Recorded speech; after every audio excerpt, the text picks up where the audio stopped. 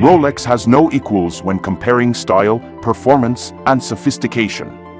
Many of us would want nothing more than to accessorize our beautiful suits with a Rolex watch, since we know it will instantly elevate our look to the next level. But have you ever given any consideration to how Rolex watches came to be developed and how, along the way, they evolved to become the most powerful luxury lifestyle brand in the whole world? The pioneering spirit of Hans Wilsdorf, who founded Rolex, is intrinsically tied to the company's history. It was in 1905 that a Bavarian merchant by the name of Hans Otto Wilhelm Wilsdorf, along with his brother-in-law Alfred Davis, built a shop in the jewelry sector of London at 83 Hatton Gardens. This is where everything got started. Before he established Wilsdorf and Davis, Wilsdorf worked for a Swiss company in Geneva by the name of Kuhne Korten, where he gained experience in the import sector of the watch business. The sites in Switzerland and the United Kingdom that supplied Wilsdorf and Davis with their supply of timepieces of varying quality were listed in the company's importation records. After that, they were shipped out to a distribution network of merchants, many of whom pasted their own brand names on the faceplates of the watches they sold in order to differentiate themselves from the original manufacturer. During those times, the W&D log was printed on the inside of the caseback. Wilsdorf wanted to further establish his own company as time went on, and the company became one of the most successful in the industry within a few short years. When no one else had been successful in getting jewelers to agree, he made it his goal to get his brand name placed on all of the watches he delivered. However, he encountered some resistance along the way. By that year, Wilsdorf had successfully registered the Rolex name as a trademark in 1908. The origin of the Rolex brand name is another fascinating chapter in the brand's history. Wilsdorf desired a name that was simple and easy to pronounce by individuals of a wide variety of linguistic backgrounds, in addition to being short enough to fit on the face of a watch. He attempted several other possible combinations but was unsuccessful.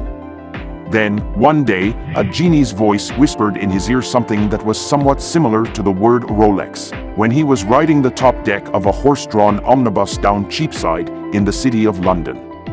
He made his decision right away, seeing as how that was the name he had been trying to find. Wilsdorf was so far ahead of his time that he recognized the significance of stamping all of the watches that passed through his hands with the name of his firm.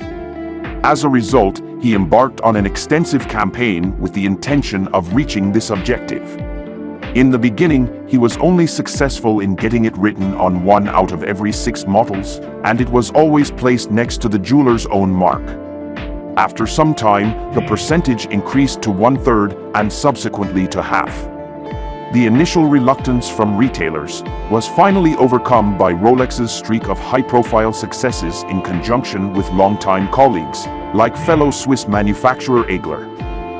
Due to Wilsdorf's stringent standards and the exceptional quality of Maison Egler's manufacture, the Rolex timepiece became the first wristwatch in 1910 to be awarded an independently validated certificate of chronometric performance. Wilsdorf was forced to flee England in 1919 due to the high taxes imposed on various luxury goods as a result of the World War. Silver and gold, both of which were used in Rolex watches, were subject to unacceptably high rates of tax.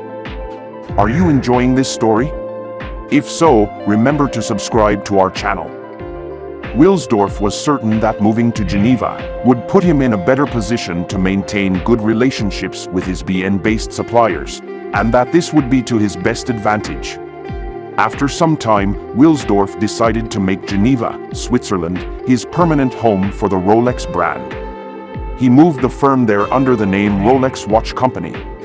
In later years, the company's name would be changed to Montres Rolex SA and then to Rolex SA. Wilsdorf had been creating watches for the previous 21 years, when in 1926, he finally had the opportunity to introduce the revolutionary Rolex Oyster case.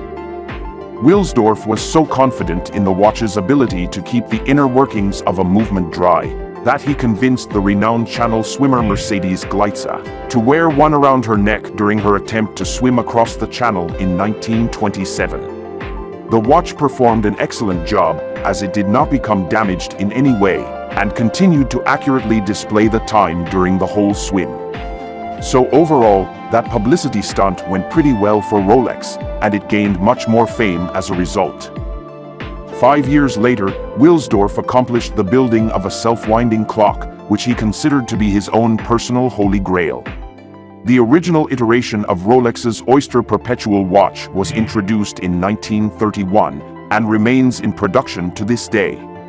Wilsdorf's masterpiece was one of the most important technological advances in the history of watchmaking because it had an automatic movement and a case that was resistant to water and dust. During the subsequent 50 years, Rolex introduced a number of groundbreaking models that would have a profound impact on the sector for many years to come. In point of fact, every single release made by the illustrious company went on to become a famous classic. Rolex SA, which has its headquarters in Switzerland, is now the market leader in the luxury watch sector. The company produces more than 2,000 watches on a daily basis and brings in more than $7 billion in revenue annually. The company makes and sells wristwatches with the Rolex and Tudor brands, which are now sold at official stores. Currently, the marketing strategy of Rolex involves many well-known people who are paid by Rolex to wear and promote its timepieces. Since 2000, when they passed Timex, Rolex has been the watch industry's top advertiser and marketer. In addition, the Le Mans 24 Hours Auto event has used Rolex timepieces since 2001. Gary Player, Arnold Palmer, Roger Penske, Jean-Claude Killy, and Dame Kirite Kanawa are among the advertisers who have done so for a considerable amount of time. The Rolex International Jumping Riders Club Top 10 Final is another event it sponsors. That's all for today. Which Rolex model is your favorite? Tell us in the comments section. Big Company Business will be back next week. If you enjoyed this video, please leave a like, share, subscribe to our channel, and turn on the notification bell so you don't miss anything. Thank you very much for watching. See you in the next one.